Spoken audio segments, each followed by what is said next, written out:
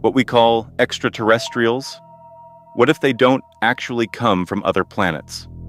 Throughout history, different cultures have reported intelligent presences, beings, lights, contacts, messages coming from beyond.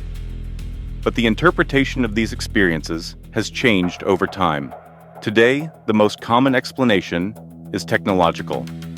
Life on other planets, advanced civilizations, non-human intelligence. But there is another possibility, less discussed, more philosophical. That some of these manifestations are not physical, but conscious. Consciousnesses that do not necessarily belong to space, but to another level of reality. Within this view, the universe would not be only matter and technology, but also different degrees of evolving consciousness. Some would be more subtle, quieter. They do not impose themselves. They do not seek control. They do not create followers. They simply observe and perhaps inspire, respecting something fundamental, free will. Others, however, might act differently. Instead of silence, impact. Instead of freedom, fascination. Instead of clarity, emotional or mental dependency.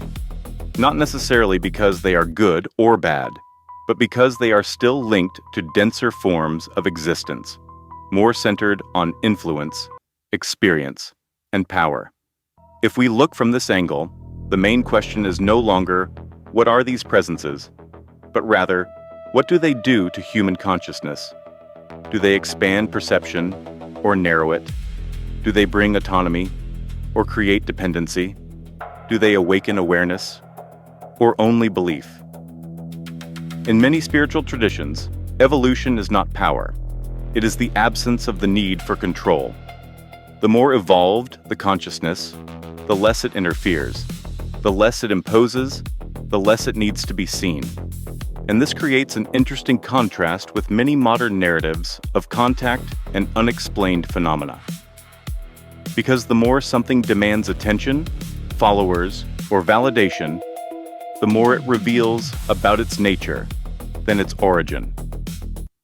In the end, perhaps the question is not whether we are alone in the universe, but what happens to our consciousness when we believe we are facing something greater. And that answer is still being formed.